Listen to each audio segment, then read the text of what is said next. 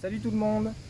Alors aujourd'hui une petite vidéo dans laquelle on va aborder un sujet dont pas mal de gens parlent en ce moment. On est en pleine période de fermeture du brochet, à quelques jours de l'ouverture de la truite. Et beaucoup de gens se demandent si on peut continuer à pêcher ou pas pendant la fermeture du brochet. Alors ça dépend de la fédération, ça dépend du département.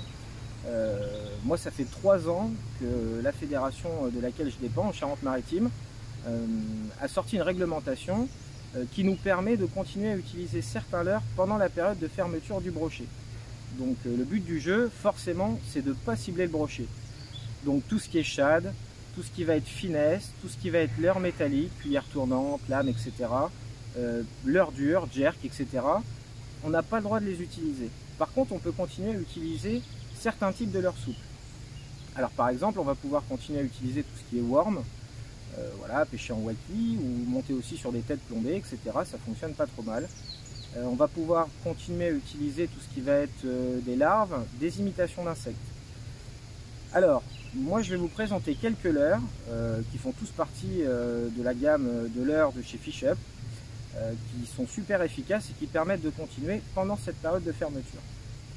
Alors, déjà pour commencer, on a le Scalifat. Alors le Scalifat, là vous avez les deux tailles. Donc c'est un worm qui peut aussi bien être monté sur TP classique, en texan, qui peut aussi être utilisé en drop shot ou en split shot. Voilà, alors ça fonctionne très très bien sur la perche, sur le cheven également.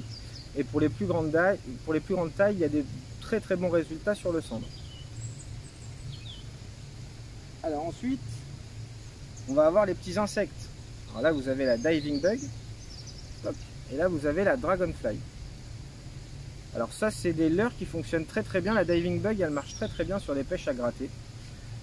Et la dragonfly, moi j'ai plutôt tendance à l'utiliser sur des plombées très légères pour pêcher le cheven, ou alors éventuellement en drop shot. On va également avoir un autre petit worm très très efficace pour les pêches à gratter et en drop shot. Ça c'est le ARW worm. Et on va également avoir celui que j'utilise le plus, mais pas que pendant la période de fermeture, je l'utilise quasiment toute l'année ce leurre, c'est le Tanta.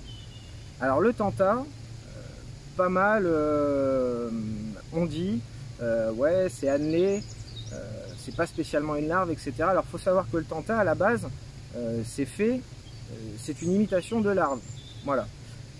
Alors il est annelé, c'est vrai. Moi quand la réglementation est sortie donc en Charente-Maritime, j'ai rencontré les techniciens fédéraux. Je leur ai présenté tout un tas de leurres. Et le Tanta, ils m'ont dit il n'y a pas de problème. Bien entendu, on reste dans l'esprit qu'il ne faut pas cibler le brochet. C'est-à-dire que si vous pêchez avec un Tanta, que vous êtes monté avec un badling en 60 centièmes ou un badling d'acier, clairement vous n'êtes pas là pour pêcher la perche ou le cheven. Voilà. Donc il faut rester cohérent dans son montage aussi, bien entendu. Voilà, vous savez tout. Donc maintenant on va attendre encore quelques jours. Et puis ça va être l'ouverture de la truite bientôt. Allez, je vous laisse sur ces quelques images, à bientôt.